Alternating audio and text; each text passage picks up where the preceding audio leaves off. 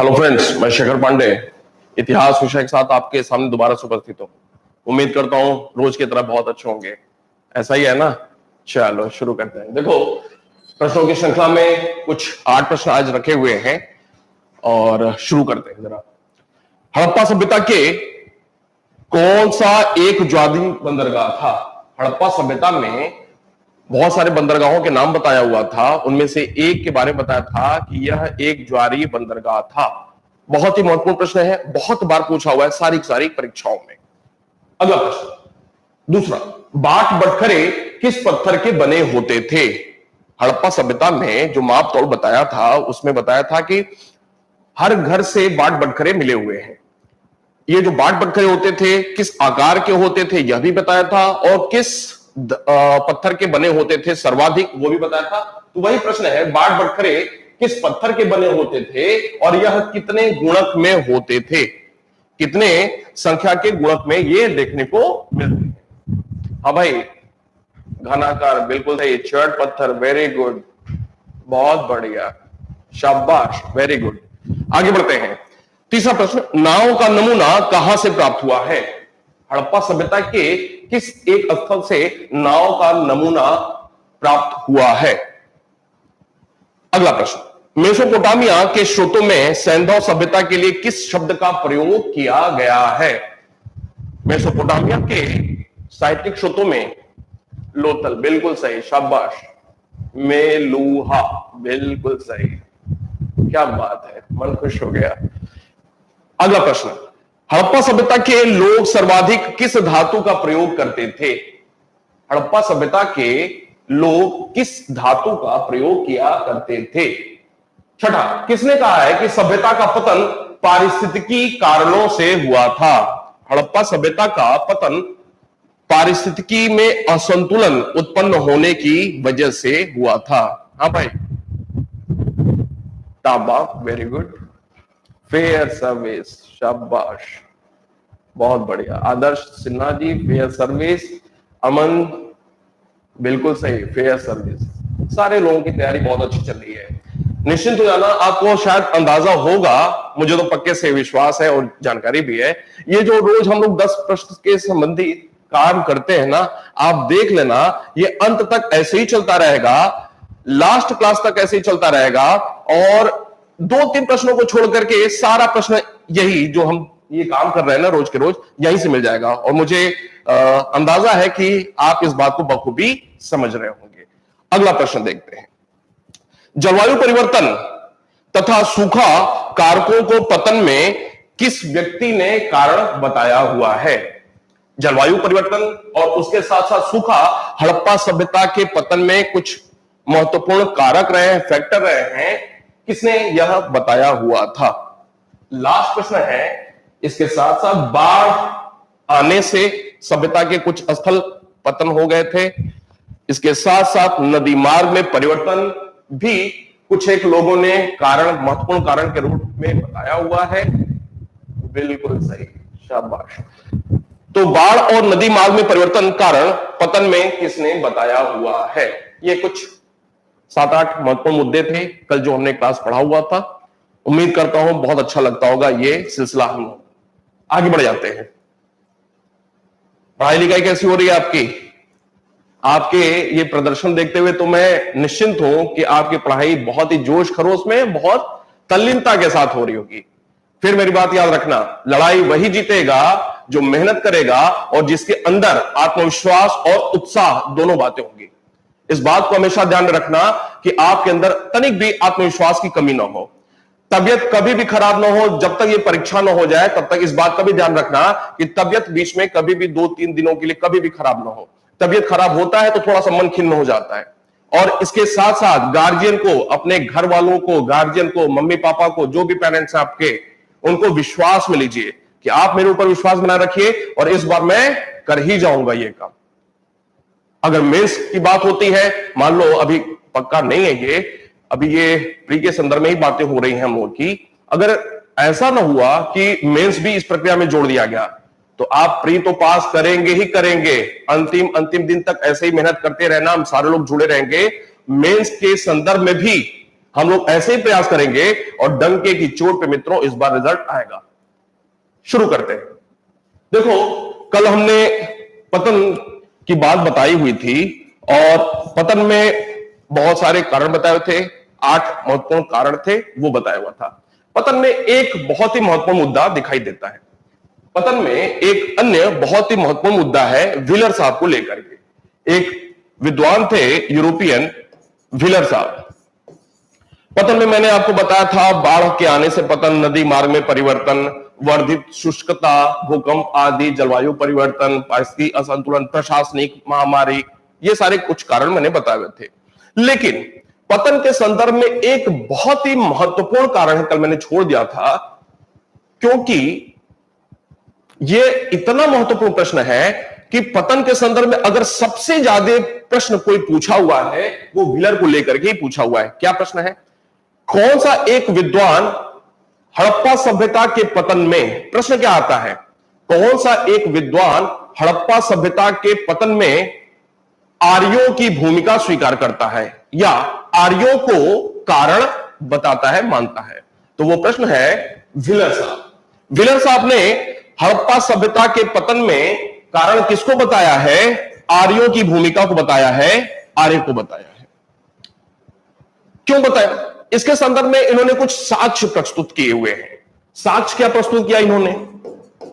हड़प्पा सभ्यता का पतन आर्यों के वजह से हुआ था, आर्यों के आक्रमण करने से हुआ था, इस बात को व्हीलर ने कहा हुआ था। उसके संदर्भ में उन्होंने कुछ साक्ष्य भी दिए हुए हैं। साक्ष्य में क्या दिया हुआ है? जैसे ये जो साक्ष्य इनके हैं, कहां से देखने को मिलते हैं? इन्होंने ऋग्वेद को आधार बना करके, ऋग्वेद को आधार बना करके अपने साक्ष्य प्रस्तुत किए हुए हैं। जैसे दो महत्वपूर्ण इसमें, एक तो ऋग्वेद में इंद्र को पुरंदर कहा गया है, इंद्र को पुरंदर कहा गया है, और दूसरा ऋग्वेद में एक शब्द का प्रयोग किया गया है, हरियूपिया। हरियूपिया ऋग्वेद में इंद्र को पुरंदर कहा गया है, पुरभित कहा गया है। जब वैदिक हम पढ़ेंगे तो कल से आप देखेंगे इसको। पुरंदर का मतलब होता है, शाब्दिक अर्थ है दुर्गों को ढहाने वाला, दुर्गों का नाश करने वाला, गढ़ को नाश करने वाला, अंत करने वाला। आपको मैंने बताया था हड़प्पा सभ्यता के लगभग सभी स्थल दो भागों में बटे होते थे, गढ़ी क्षेत्र या दुर्ग क्षेत्र और निचला शहर। अब चूंकि हड़प्पा सभ्यता के लोग गढ़ी क्षेत्र या दुर्ग क्षेत्र में रहते थे और ऋग्वेद में पुरंदर शब्द का प्रयोग हुआ है इंद्र के लिए, जो कि युद्ध का देवता माना जाता था, और पुरंदर का मतलब होता है दुर्गों को, गढ़ी को तोड़ने वाला, नाश करने वाला। तो निश्चित रूप से इंद्र को या आर्यों को हड़प्पा सभ्यता के पतन में एक प्रमुख कारण बताया है। किसने? व्हीलर साहब ने बताया हुआ है। इसके साथ साथ व्हीलर साहब ने एक और कारण बताया कि हड़प्पा सभ्यता के पतन में आर्य जिम्मेदार हैं। क्यों? क्योंकि ऋग्वेद में एक अन्य शब्द का प्रयोग हुआ है, हरियूपिया। हरियूपिया शब्द का प्रयोग हुआ है, और यह जो शब्द है हरियूपिया, वो कुछ हड़प्पा शब्द से मिलता जुलता प्रतीत होता है। हड़प्पा शब्द से मिलता जुलता प्रतीत होता है। कौन सा? हरियूपिया। तो ये दो प्रमुख कारण थे जिसकी वजह से इन्होंने, व्हीलर साहब ने, आर्यों को जिम्मेदार माना है हड़प्पा सभ्यता के पतन में। लेकिन समझने की बात यह है, निष्कर्ष क्या निकला? इतिहासकारों ने व्हीलर साहब के, पुरातत्वविदों ने व्हीलर साहब के इस मत को सिरे से खारिज कर दिया। सबसे ज्यादा प्रश्न यही पूछा जाता है पतन को लेकर के, लेकिन इतिहासकारों ने, पुरातत्वविदों ने व्हीलर के इस मत को सिरे से खारिज कर दिया। क्यों? उसके कारण कि पुरातात्विक स्रोत यह बताते हैं कि हड़प्पा का अंत या हड़प्पा का पतन 1750 ईसा पूर्व तक हो चुका था। जो भी C14, कार्बन 14 पद्धति थी, उससे यह स्पष्ट हो गया है कि 1750 ईसा पूर्व तक हड़प्पा सभ्यता बिल्कुल पतन हो चुका था, अंत हो चुका था, इसकी सारी विशेषताएं खत्म हो चुकी थी। दूसरी बात, अगर साहित्यिक स्रोतों की बात किया जाए तो यह स्पष्ट होता है कि भारत में आर्यों का आगमन किसी भी सूरत में 1500 ईसा पूर्व से पहले का नहीं माना जा सकता है। दो बातें समझिए, 1750 ईसा पूर्व तक हड़प्पा सभ्यता पतन हो गया था, अंत कर गया था। दूसरी बात, भारत में आर्यों का आगमन 1500 ईसा पूर्व से पहले का नहीं माना जा सकता है। इसका मतलब क्या है कि इन दोनों के बीच में लगभग 200 वर्षों का एक अंतराल दिखाई पड़ता है। लगभग 200 वर्षों का एक मोटा अंतराल दिखाई पड़ता है, एक गैप दिखाई पड़ता है। मतलब हड़प्पा सभ्यता का पतन हो गया और उसके लगभग 200 वर्ष बाद, 150 वर्ष बाद आर्य भारत में प्रवेश करते हैं। तो यह कारण था जिसकी वजह से पुरातत्वविदों ने व्हीलर के इस बात को सिरे से खारिज कर दिया। लेकिन ध्यान में रखेंगे, इस बात को बहुत अच्छे से याद रखेंगे, परीक्षा में इस पतन को लेकर के सबसे ज्यादा प्रश्न यही पूछा गया है आज तक किसी भी परीक्षा में। आगे बढ़ जाते हैं। मैंने कल बताया हुआ था कि दो मुद्दे छूट गए हैं। एक तो कौन सा प्रमुख शहर था, किस नदी के किनारे बसा हुआ था, और दूसरा हड़प्पा सभ्यता से संबंधित कुछ प्रमुख स्थल या शहर और वहां से उत्खनन में क्या क्या प्रमुख चीजें मिली हुई हैं। मैं सारी चीजों को नोट कर देता हूं, आप नोट्स में अपने नोट करते चले जाएंगे इन बातों को। और ध्यान में रखें, नोट्स बनाना बहुत जरूरी, मैं पक्की बात बता रहा हूं, आपका खुद का नोट्स होना जरूरी है। और ये जो क्लास पढ़ते हैं उसके माध्यम से नोट्स जरूर बनाएं। आपको पीडीएफ में मिल रहा है, ठीक है, आप रिवीजन कर लिया करिए, थोड़ा सा और उसमें डिटेल हो सकता है, रिवीजन कर लीजिए, लेकिन जो भी सारी प्रमुख चीजें हैं सारा कुछ यहां पे होता चला जा रहा है। नोट्स की बहुत बड़ी भूमिका होती है। तो अगला मुद्दा है प्रमुख स्थल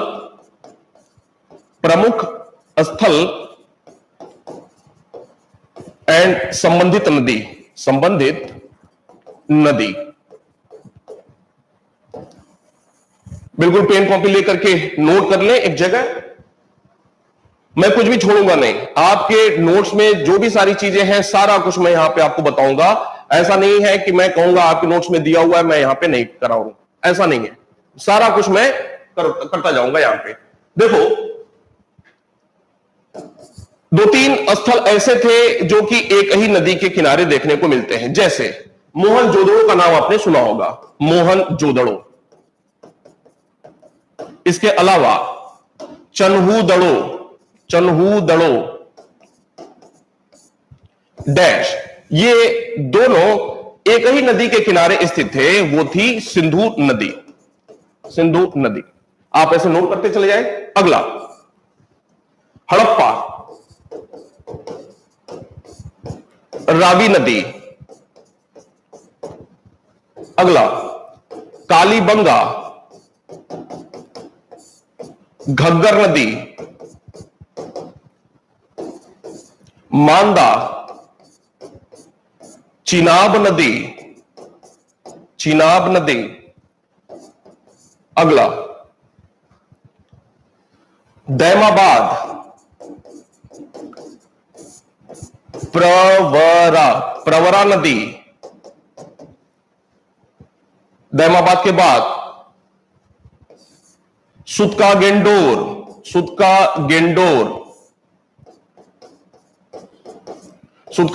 जो स्थल था वो दाश्क नदी के किनारे था, दाश्क नदी। इसके अलावा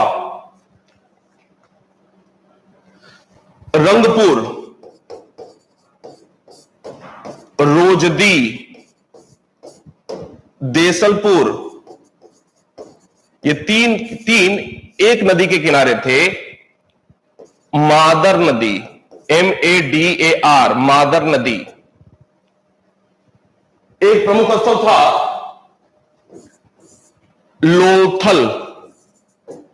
लोथल, ये था भोगबा नदी। आपने नाम सुना होगा आलमगीरपुर का, आलमगीरपुर। आलमगीरपुर यमुना की एक सहायक नदी है हिंडन। हिंडन नदी के किनारे आलमगीरपुर मेरठ यह स्थित था। एक और महत्वपूर्ण स्थल है रोपड़। रोपड़ पंजाब में, यह सतलज नदी के किनारे स्थित था। यह कुछ महत्वपूर्ण स्थल हैं और उनसे संबंधित नदी देखने को मिल रहा है। बिल्कुल याद करना भाई, प्रश्न कुछ भी पूछा जा सकता है, बिल्कुल याद रखने की जरूरत है आपको। इसके बाद अगला जो मुद्दा है वो है हमारा प्रमुख स्थल और वहां से क्या साक्ष्य मिला हुआ है। तो इस संदर्भ में जैसे हड़प्पा हो गया, मोहनजोदड़ो हो गया, जो भी प्रमुख स्थल हैं यहां से प्रश्न पूछा हुआ है, आगे भी प्रश्न बनेगा। हड़प्पा से क्या क्या चीजें मिली हुई हैं, मोहनजोदड़ो से, लोथल से, कालीबंगा से, चन्हुदड़ो से, सुरकोदड़ा से, ये कुछ प्रमुख मुद्दे बनते हैं। मिटाते हैं, आगे बढ़ते हैं। प्रमुख स्थल, ये हड़प्पा सभ्यता से संबंधित अंतिम मुद्दा है हमारा, प्राप्त अवशेष। सबसे पहले हड़प्पा,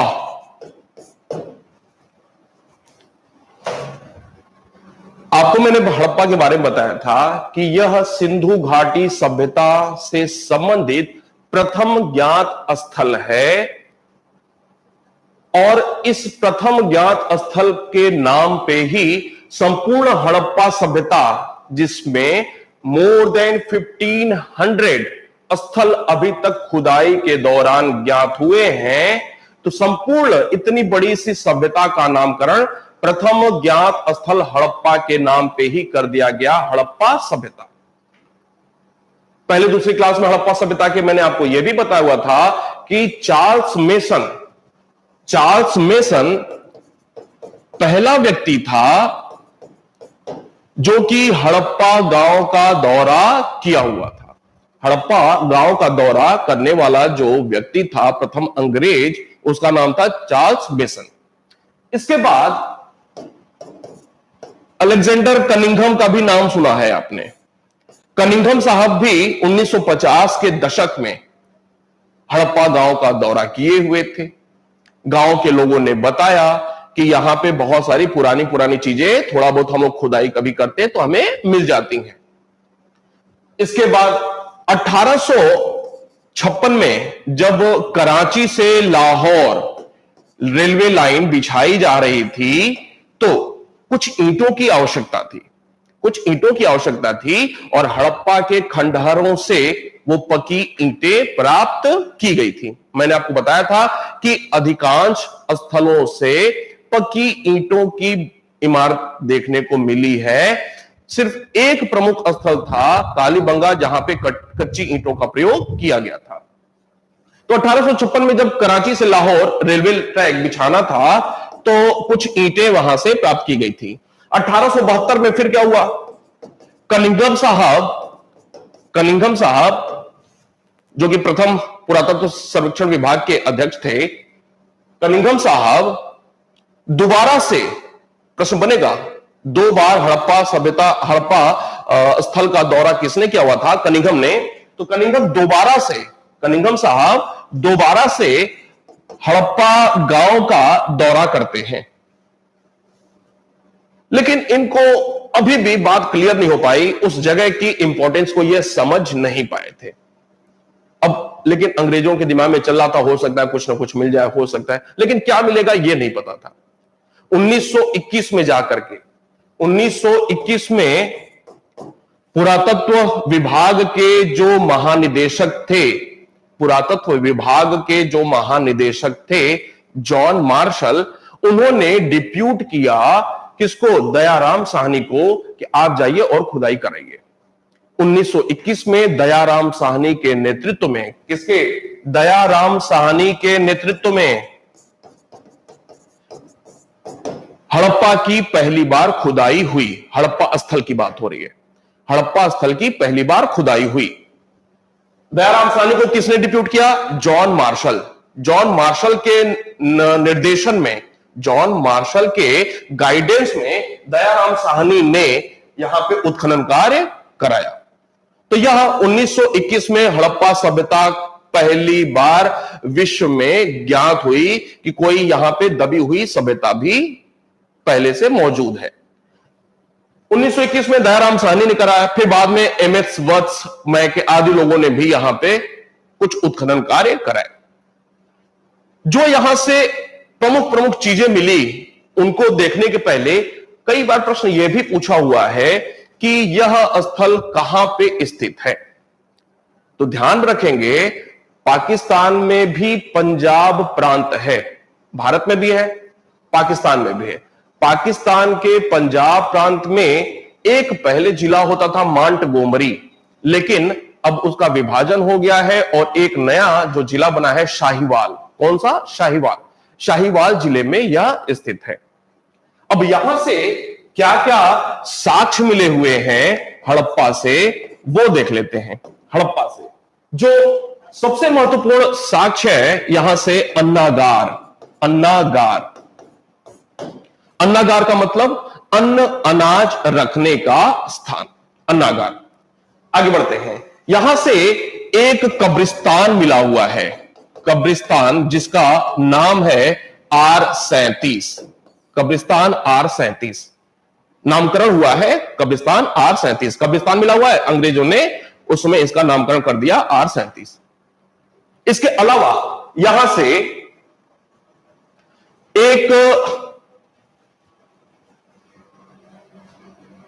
मोहर मिला हुआ है और वहां से साक्ष्य क्या मिल रहा है, क्या बना हुआ है, एक स्त्री के गर्भ से निकलता, एक स्त्री के गर्भ से निकलता एक पौधा, यह दर्शाया गया है एक स्त्री के गर्भ से निकलता पौधा। और इसका तात्पर्य क्या निकाला गया है? उर्वरता का प्रतीक। कई बार प्रश्न यह पूछा हुआ है, उर्वरता के प्रतीक के रूप में इसे समझा गया है। इसके अलावा यहां से कांसे का बना दर्पण, कांसे का बना दर्पण एक महत्वपूर्ण तथ्य है, यह भी कांसे का बना दर्पण कहां से मिला हुआ है। इसके अलावा यहां से कर्मचारियों के रहने का आवास मिला हुआ है, कर्मचारी आवास। यह कुछ प्रमुख तथ्य हैं हड़प्पा स्थल से प्राप्त हुए। अब आपके परीक्षा पॉइंट ऑफ व्यू में एक प्रश्न बनेगा कि हड़प्पा जो स्थल है वहां की सबसे बड़ी संरचना या भवन कौन सी थी? तो याद रखेंगे वहां की सबसे बड़ी संरचना ये अन्नागार ही थी। इसके बाद अगला जो सिर्फ वही बातें कर रहा हूं जो परीक्षा पॉइंट ऑफ व्यू से महत्वपूर्ण है। अगला जो स्थल है वो है मोहनजोदड़ो। मोहनजोदड़ो, मोहनजोदड़ो का अर्थ कई बार परीक्षा में पूछा हुआ है कि मोहनजोदड़ो का अर्थ क्या था। तो मोहनजोदड़ो का अर्थ होता है मृतकों का टीला, मृतकों का टीला। मोहनजोदड़ो का अर्थ होता है मृतकों का टीला। 1922 में इस स्थल की खुदाई हुई, 1922 में इस स्थल की खुदाई हुई। और यह जो खुदाई हुई किसके नेतृत्व में हुई थी? खुदाई करने वाला व्यक्ति कौन था? उसका नाम है राखल दास बनर्जी। राखल दास बनर्जी, शॉर्ट में इसे RD बनर्जी भी कहा जाता है। राखल दास बनर्जी ने, यह दूसरा ज्ञात स्थल था, दूसरा खुदाई किया हुआ स्थल था। कहां पे स्थित है? तो पाकिस्तान में सिंध प्रांत, पाकिस्तान के सिंध प्रांत में जिला है लरकाना, लरकाना नाम का जिला है। यहां पे यह स्थल स्थित है। यहां से खुदाई के दौरान साक्ष्य क्या मिले हुए हैं? तो परीक्षा पॉइंट ऑफ व्यू से मोहनजोदड़ो को लेकर के सबसे महत्वपूर्ण जो प्रश्न बनता है वो है महास्नानागार। महास्नानागार, महास्नानागार का प्रयोग धार्मिक कार्यों के संदर्भ में देखने को मिलता है। कल मैंने प्रश्न भी आपसे पूछा हुआ था। इसके अलावा यहां से और क्या क्या साक्ष्य मिला हुआ है वो देखते हैं जरा। यहां से पुरोहित आवास मिला हुआ है, पुरोहित आवास, जिसे महाविद्यालय भी कहा गया है। आपको पता है कि पहले गुरुकुल में, गुरुकुल पद्धति में गुरु अपने घर ही विद्यालय चलाया करते थे। पुरोहित आवास जो मिला हुआ है उसे महाविद्यालय कहा गया है। इसके अलावा यहां से कांसे की बनी नर्तकी, कांसे की बनी नर्तकी का भी साक्ष्य मिला हुआ है। बहुत ही महत्वपूर्ण प्रश्न। कल मैंने कमेंट देखा, एक भाई साहब ने लिखा हुआ था कि सर आहत मुद्रा आपने बताया कि प्राचीनतम सिक्का था, मुख्य रूप से चांदी का बना होता था और थोड़ा बहुत तांबे का, लेकिन हड़प्पा सभ्यता में तो कांसा चलता था। तो मैं उनको बताऊं कि हड़प्पा सभ्यता में मुद्रा का वैसा साक्ष्य नहीं मिला हुआ है। मोहर को ही आप मुद्रा समझ लें, एक बात। दूसरी बात, जो हड़प्पा सभ्यता में कांसे की बात थी, तो कांसा वहां पे पहली बार धातु के रूप में प्रयोग हुआ था, मुद्रा के रूप में नहीं। कांसा नामक धातु पहली बार हड़प्पा वासियों ने बनाया हुआ था। किन किन चीजों को मिलाकर के? तांबा और टिन को मिलाकर के बनाया हुआ था। तो मुद्रा के रूप में नहीं, वो धातु के रूप में पहली बार कांसा नामक धातु हड़प्पा वासियों ने बनाया हुआ था। वो एक दूसरी बात होती है। आगे बढ़ जाते हैं। इसके अलावा यहां से क्या क्या साक्ष्य मिले हुए हैं? एक स्तूप का साक्ष्य मिला हुआ है, एक स्तूप का साक्ष्य मिला हुआ है। इसके अलावा यहां से सूती कपड़े का भी साक्ष्य मिला हुआ है, सूती कपड़ा, सूती कपड़े का भी साक्ष्य मिला हुआ है। यहां से ईंट बनाने का भट्ठा भी मिला हुआ है, ईंट बनाने का भट्ठा भी मिला हुआ है। इसके अलावा सबसे बड़ी ईंट भी मिली हुई है, सबसे बड़ी ईंट का भी साक्ष्य यहीं से मिला हुआ है। ये कुछ महत्वपूर्ण परीक्षा पॉइंट ऑफ व्यू से मुद्दे हैं मोहनजोदड़ो को लेकर के जो प्रश्न पूछे जाते हैं। मोहनजोदड़ो के बाद अगला जो स्थल है वो है कालीबंगा, कालीबंगा। प्रश्न 3-4 बार पूछा हुआ है पहले कि कालीबंगा का अर्थ क्या होता है। तो कालीबंगा का अर्थ होता है, कालीबंगा का अर्थ होता है काले रंग की चूड़ियां। कालीबंगा का अर्थ है काले रंग की चूड़ियां। इस स्थल की खुदाई कुछ समय बाद हुई थी और यहां जो व्यक्ति रहे हैं खुदाई करने वाले, 3 व्यक्ति रहे हैं। एक बीबी लाल, बीके थापर और अमलानंदन घोष, अमलानंदन घोष। ये 3 व्यक्ति रहे हैं यहां पे खुदाई से संबंधित, खुदाई से संबंधित 3 व्यक्ति रहे हैं। यहां से साक्ष्य क्या क्या मिले हुए हैं? तो अगर साक्ष्य की बात किया जाए तो परीक्षा पॉइंट ऑफ व्यू से कालीबंगा को लेकर के जो सबसे महत्वपूर्ण साक्ष्य अभी तक सबसे ज्यादा पूछा हुआ है कि जूते हुए खेत का साक्ष्य कहां से मिला हुआ है। जूते हुए खेत का साक्ष्य कहां से मिला हुआ है? कालीबंगा से। दूसरा महत्वपूर्ण मुद्दा जो प्रश्न पूछा हुआ है, आज तक सभी परीक्षाओं की बात कर रहा हूं, कि अलंकृत ईंटों का प्रयोग, अलंकृत ईंट का प्रयोग कहां देखने को मिलता है? तो अलंकृत ईंट का प्रयोग कालीबंगा में देखने को मिलता है।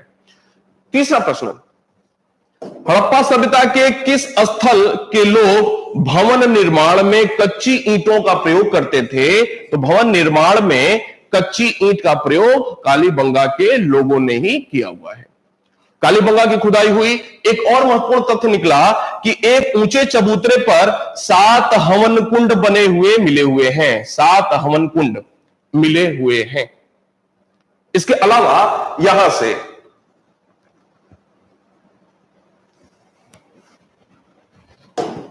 दो फसल चना और सरसों, चना प्लस सरसों, को एक साथ उगाने का साक्ष्य मिला हुआ है। चना और सरसों को एक ही साथ लोग उपजाते थे, इस बात का भी साक्ष्य यहां से मिला हुआ है। एक बात ध्यान में रखें और कि यहां से आमतौर पे मैंने बताया था कि हड़प्पा सभ्यता के नगर योजना में जो भी घर होते थे, घर से नाली निकलती थी बाहर की सार्वजनिक नाली में मिल जाती थी। हड़प्पा सभ्यता के एक स्थल कालीबंगा में सार्वजनिक नाली का साक्ष्य नहीं मिला है। खुदाई में सार्वजनिक नाली नहीं मिला हुआ है खुदाई के दौरान। कालीबंगा से संबंधित यह कुछ प्रमुख तथ्य थे जो परीक्षा में पूछे गए हैं सबसे ज्यादा। आगे बढ़ते हैं। इसके बाद अगला नाम आता है लोथल को लेकर के। कालीबंगा के बारे में एक बात और कि कालीबंगा राजस्थान के हनुमानगढ़ जिले में स्थित है। कालीबंगा भारत में ही स्थित है। कहां पे? राजस्थान के हनुमानगढ़ जिले में। अगला लोथल कहां पे स्थित है? तो लोथल है गुजरात में। कहां पे भाई? गुजरात में। गुजरात में आपने खंभात की खाड़ी का नाम सुना होगा। तो आपको मैं बताऊं कि ये वाला जो एरिया है और ये वाला आपके ज्योग्राफी पॉइंट ऑफ व्यू से महत्वपूर्ण है, भूगोल के दृष्टि से महत्वपूर्ण है। ये है यहां पे कच्छ की खाड़ी और यहां पे है ये खंभात की खाड़ी। कच्छ की शुरुआत क से हो रही है, वर्णमाला में क पहले आता है तो कच्छ ऊपर हो गया। ख वर्णमाला में हिंदी के बाद में आता है तो ख नीचे होगा, खंभात नीचे हो गया। ऐसे आप ध्यान में रख लें। तो यह लोथल स्थित था। लोथल यहीं पे देखने को मिलता है। तो लोथल की खुदाई, लोथल कहां पे है? गुजरात में, पहली बात। दूसरी बात, इसकी खुदाई किस व्यक्ति ने कराई हुई थी? तो इसकी खुदाई S.R. राव साहब ने कराई हुई थी। S.R. राव साहब ने कराई हुई थी। यहां से साक्ष्य क्या क्या मिले हुए हैं? तो साक्ष्य के संदर्भ में परीक्षा पॉइंट ऑफ व्यू से जो सबसे महत्वपूर्ण है कि हड़प्पा सभ्यता में बंदरगाह की बड़ी भूमिका थी व्यापार दृष्टिकोण से। हड़प्पा सभ्यता में प्राचीनतम ज्ञात बंदरगाह कहां से मिला हुआ है? तो प्राचीनतम ज्ञात बंदरगाह लोथल से ही मिला हुआ है। विश्व का प्राचीनतम ज्ञात बंदरगाह, विश्व की बात हो रही है, विश्व का प्राचीनतम ज्ञात बंदरगाह खुदाई के दौरान कहां से मिला हुआ है? लोथल से ही मिला हुआ है। लोथल ज्वारी बंदरगाह था। इसके अलावा और ध्यान में रखेंगे कि अगर हड़प्पा सभ्यता पूरे के पूरे सभ्यता की बात किया जाए तो सबसे बड़ी संरचना या सबसे बड़ा स्थापत्य कार्य कौन सा था? तो वह था बंदरगाह। जैसे समझ लें इस बात को ऐसे, हड़प्पा सभ्यता में 1500 के आसपास स्थल, हर एक स्थल में छोटी बड़ी संरचनाएं उस समय के लोगों ने बनाई रही होंगी। तो प्रश्न एक ऐसे बन सकता है कि अमुक जगह पे या मोहनजोदड़ो की सबसे बड़ी संरचना कौन सी थी? तो मोहनजोदड़ो की छोटी बड़ी संरचनाओं में सबसे बड़ी जैसे संरचना थी अन्नागार, हड़प्पा में अन्नागार। तो अगर सारे के सारे 1500 स्थलों की बात किया जाए तो कौन से स्थल से सबसे बड़ी संरचना मिली हुई है? तो लोथल से बंदरगाह, हड़प्पा सभ्यता की बात हो रही है। सबसे बड़ी संरचना जो कि मानव ने बनाया हुआ था उस समय काल के बंदरगाह था, लोथल से प्राप्त हुआ है। आगे बढ़ते हैं। यहां से और क्या क्या जानकारी मिली हुई है? तो यहां से भी मनका बनाने का कारखाना, मनका, ये जैसे हम गले में मोतियों की माला वगैरह पहनते हैं, वैसे ही मनका आभूषण के रूप में प्रयोग किया जाता था। तो मनका बनाने का कारखाना यहां से मिला हुआ है। इसके अलावा अनाज पीसने की चक्की, अनाज पीसने की चक्की भी यहां से मिली हुई है। अनाज पीसने की चक्की, यहां से चावल का साक्ष्य मिला हुआ है। ध्यान में रखेंगे, बहुत महत्वपूर्ण मुद्दा है। लोथल और रंगपुर दो ऐसे जगह रहे हैं जहां से चावल का साक्ष मिला हुआ है। बहुत बार प्रश्न पूछा हुआ है। लोथल और रंगपुर दो ऐसे स्थल हैं जहां से चावल का साक्ष मिला हुआ है। तो फिलहाल अभी लोथल की बात हो रही है। इसके अलावा यहां से आप स्केल जानते होंगे, हाथी दांत का बना स्केल का मतलब होता है पैमाना। हाथी दांत का आमतौर पे आज हम जो स्केल यूज करते हैं वो प्लास्टिक का बना होता है, या लोहे के भी स्केल देखने को मिलते हैं। हड़प्पा सभ्यता में हाथी दांत का बना हुआ पैमाना या स्केल लोथल से मिला हुआ है। अगली बात, आमतौर पे जब व्यक्ति मृत होता है तो एक कब्र में एक व्यक्ति का शव रखा जाता है, लेकिन लोथल में ऐसे कब्र मिले हुए हैं जहां पे युग्म मतलब कपल, दो व्यक्तियों के शव को एक साथ दफनाने का साक्ष्य मिला हुआ है।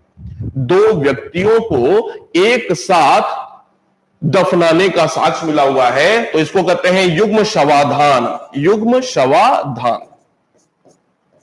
दो व्यक्तियों को एक साथ दफनाने का साक्ष्य मिला हुआ है।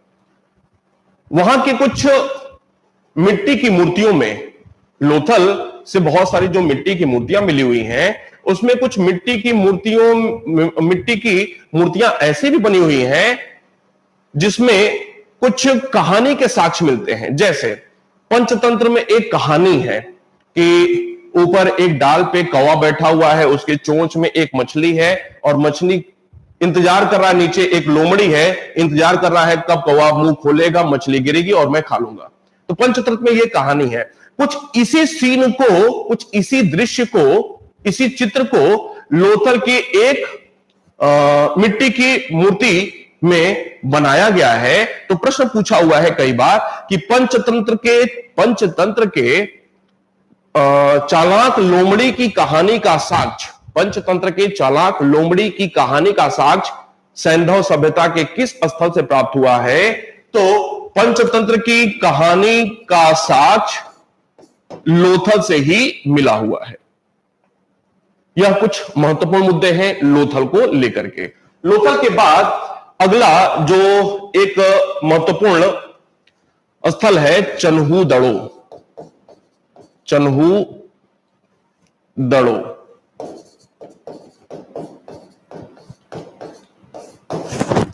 चन्हूदड़ो की खुदाई, आपको मैंने बताया कि पाकिस्तान में सिंधु नदी बह रही है, सिंध प्रांत है, तो इसकी जो लोकेशन है वो सिंध प्रांत में ही है। कहां पे? पाकिस्तान में। इसकी खुदाई जिस व्यक्ति ने कराया था उसका नाम था एनजी मजूमदार। इसने यहां की खुदाई कराई हुई थी। यहां से कुछ साक्ष्य मिले हुए हैं। जैसे यहां से साक्ष्य में क्या क्या मिले हुए हैं? खिलौना बनाने का कारखाना मिला है, खिलौना एंड मनका का कारखाना मिला हुआ है। प्रश्न पूछेगा खिलौना बनाने का कारखाना या उद्योग कहां देखने को मिलता है? तो खिलौना बनाने का उद्योग या कारखाना चन्हूदड़ो में देखने को मिलता है। आगे बढ़ते हैं। इसके अलावा यहां से कुछ सौंदर्य प्रसाधन के सामान भी देखने को मिले हैं। बहुत ही महत्वपूर्ण तथ्य, सौंदर्य प्रसाधन के सामान। आप आश्चर्यचकित होंगे कि सभ्यता के लोग इस प्रकार के सौंदर्य को बहुत ज्यादा फॉलो करते थे। जैसे यहां के लोग सौंदर्य प्रसाधन के किस प्रकार की वस्तुओं का प्रयोग करते थे? काजल, कंघी, इत्र। इसके अलावा लोग लिपस्टिक भी लगाया करते थे। ध्यान में रखेंगे, लोग लिपस्टिक भी लगाया करते थे। ये सारे साक्ष्य मिले हुए हैं। सौंदर्य प्रसाधन के सामान के अंतर्गत काजल, कंघी, इत्र, लिपस्टिक वगैरह, ये सारी चीजें वहां से खुदाई के दौरान मिली हुई हैं। चन्हूदड़ो के हड़प्पा सभ्यता वाले स्टेज के ठीक पहले यहां पे जो पुराने लोग रहते थे चन्हुदड़ों में, हड़प्पा सभ्यता के पहले जो पुराने लोग रहते थे उनसे संबंधित जो कल्चर था उसका एक नामकरण हुआ है। नामकरण हुआ है झूकर झांकर संस्कृति। झूकर झांकर संस्कृति। तो प्रश्न बनता है कि हड़प्पा सभ्यता के किस एक स्थल से झूकर झांकर संस्कृति के साक्ष्य मिले हुए हैं? तो हड़प्पा सभ्यता के चन्हुदड़ों नामक स्थान से झूकर झांकर संस्कृति के साक्ष्य मिले हुए हैं। आगे बढ़ते हैं। चन्हुदड़ों के बाद अगला एक स्थल है सुरकोतड़ा। सुरकोतड़ा बहुत ही महत्वपूर्ण है। सुरकोतड़ा का लोकेशन क्या है? तो सुरकोतड़ा का लोकेशन है गुजरात में। कहां पे भाई? गुजरात में। इस स्थल की खुदाई जगतपति जोशी ने कराई हुई थी। जगतपति जोशी ने कराई हुई थी। यहां से जो सबसे महत्वपूर्ण साक्ष्य है, और यही एक प्रश्न जो बार बार पूछा हुआ है कि हड़प्पा सभ्यता में घोड़े की हड्डी का साक्ष्य कहां से मिला हुआ है? तो हड़प्पा सभ्यता में घोड़े की हड्डी का साक्ष्य सुरकोतड़ा नामक स्थल से ही मिला हुआ है। घोड़े की हड्डी का साक्ष्य सुरकोतड़ा स्थल से ही मिला हुआ है। यही एक प्रश्न सुरकोतड़ा को लेकर आज तक पूछा गया है। इसके अलावा यहां से एक ऐसा कब्र मिला हुआ है। आमतौर पे अगर कब्र की बात किया जाए तो कब्र का आकार ऐसा होता है, लेकिन सुरकोतड़ा जो स्थल था वहां से गोल आकार का कब्र मिला हुआ है। कैसा कब्र? गोलाकार कब्र मिला हुआ है। गोल आकार का कब्र यहां से मिला हुआ है। तो ये दो महत्वपूर्ण मुद्दे हो जाते हैं सुरकोतड़ा को लेकर के परीक्षा पॉइंट ऑफ व्यू से। आगे बढ़ते हैं।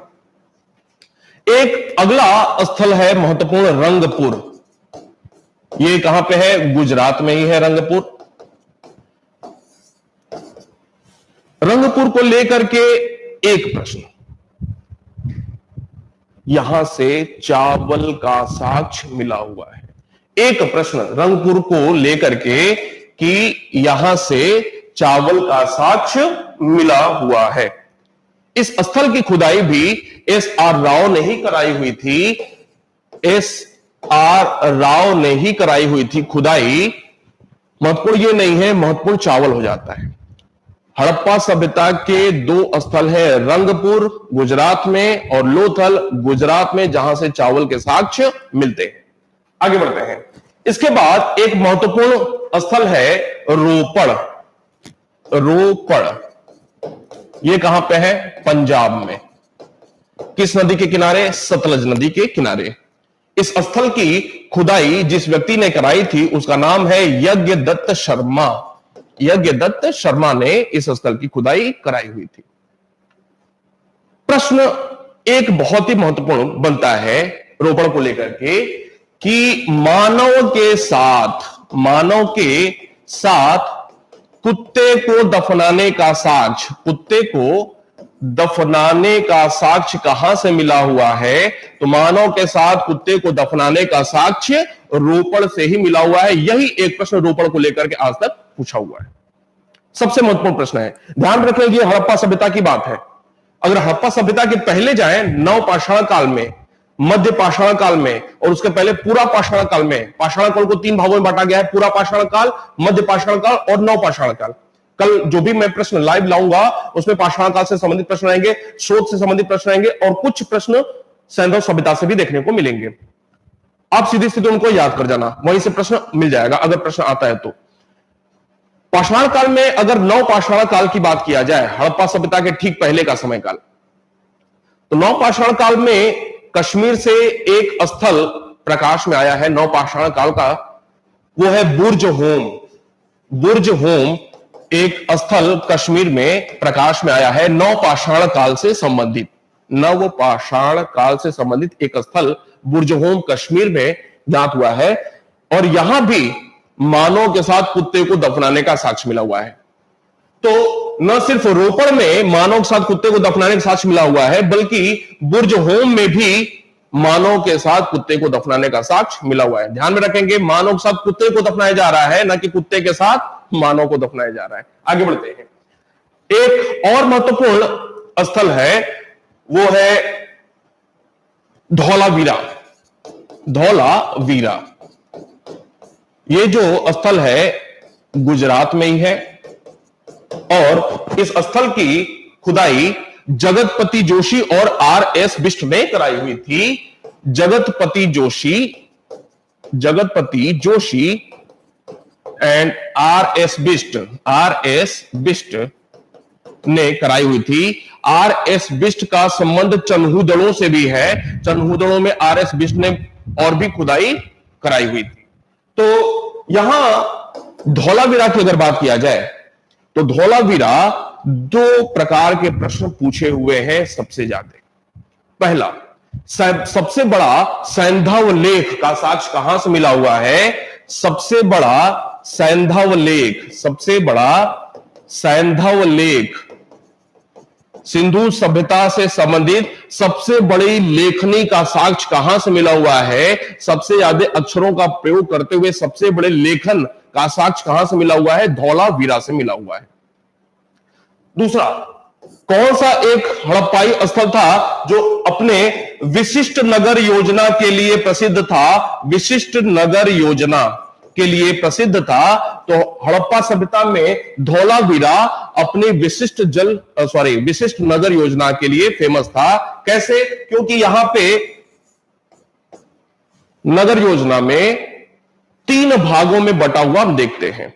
मैंने आपको पहले भी बताया है, महत्वपूर्ण है ये।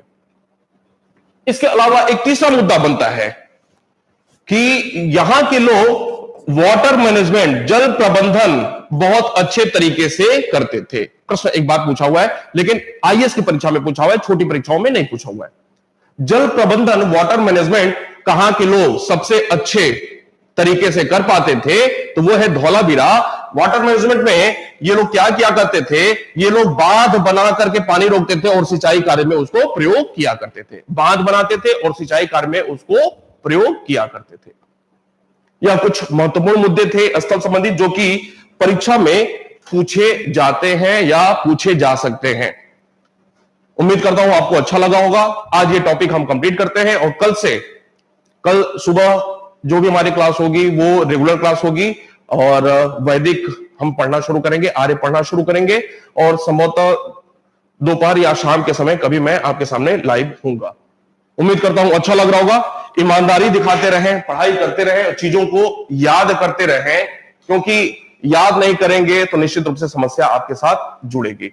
हालांकि देख करके आपका प्रदर्शन निश्चित रूप से मुझे विश्वास हो रहा है कि लगभग सारे लोग पढ़ाई कर रहे हैं, लेकिन सारे लोगों के बारे में अभी कह पाना थोड़ा सा मेरे लिए मुश्किल है, क्योंकि जो भी नाम मैं यहां पे देख रहा हूं, लगातार मैं देख रहा हूं, घर पे जाकर के मैं सारे कमेंट्स देखता भी हूं, कुछ नहीं देख पाता हूं, अलग बात है।